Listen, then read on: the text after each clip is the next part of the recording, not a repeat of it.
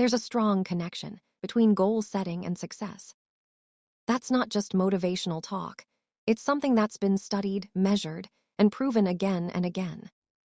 People who set clear goals don't just feel more focused.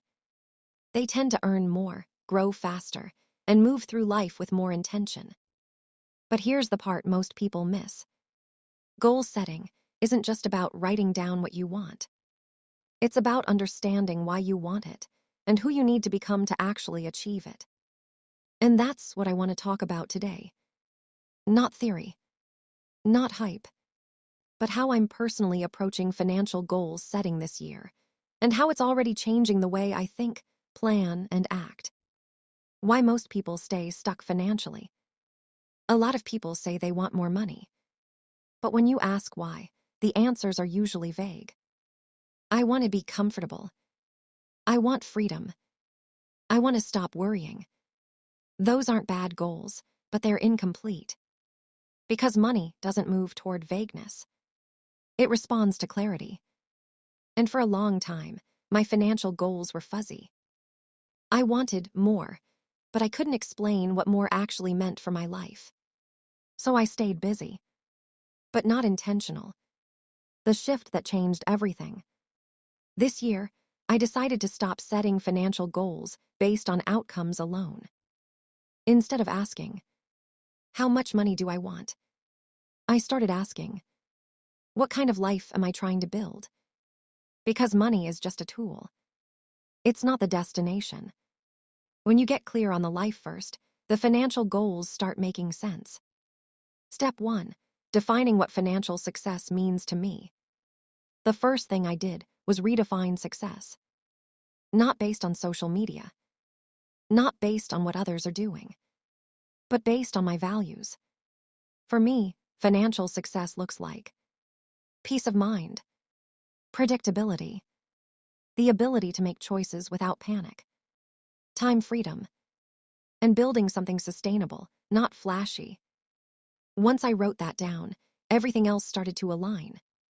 Step 2, getting honest about my current reality. This part isn't fun, but it's necessary. I looked at my actual numbers. Income, expenses, debt, savings, spending habits. No judgment. Just facts. Because you can't plan a future if you're avoiding the present. And I realized something important. My problem wasn't lack of income, it was lack of structure. Step 3, separating wants from strategic goals. Not everything you want deserves to be a goal. Some things are just preferences. Some are emotional spending triggers. And some are distractions dressed up as ambition. So I asked myself, does this goal move me closer to stability, freedom, or growth? If it didn't make the list. That alone simplified my financial plan dramatically. Step 4, turning big goals into clear categories. Instead of one giant money goal, I broke everything into clear buckets. Stability goals, covering essentials and reducing stress. Growth goals, increasing income and skills.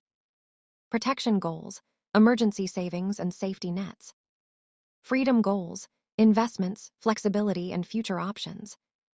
Each category had 1 or 2 priorities. Not 10. Not 20. Focus beats ambition every time. Why most financial plans fail. Here's the truth no one likes to say. Most financial plans fail because they expect people to suddenly become disciplined robots. That doesn't work. So instead of relying on motivation, I designed my goals around behavior. Small actions I could repeat. Systems I could maintain. Habits that didn't require daily willpower.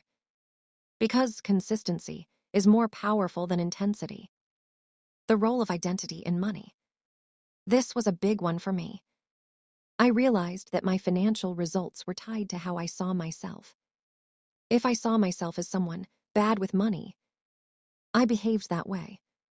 So I started shifting my identity first. I stopped saying, I'm trying to be better with money, and started saying, I'm someone who plans, tracks, and improves.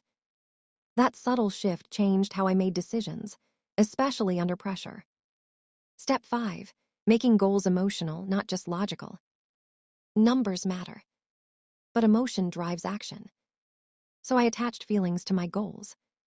Not just what I wanted to achieve, but how I wanted life to feel when I got there. Calm, confident, grounded, in control. When a goal connects emotionally, it stops being optional. How I track progress without obsessing. I don't check everything daily.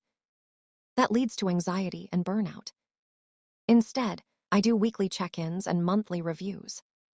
Simple questions like, did I move forward? What worked? What didn't? What needs adjusting? No guilt. No drama.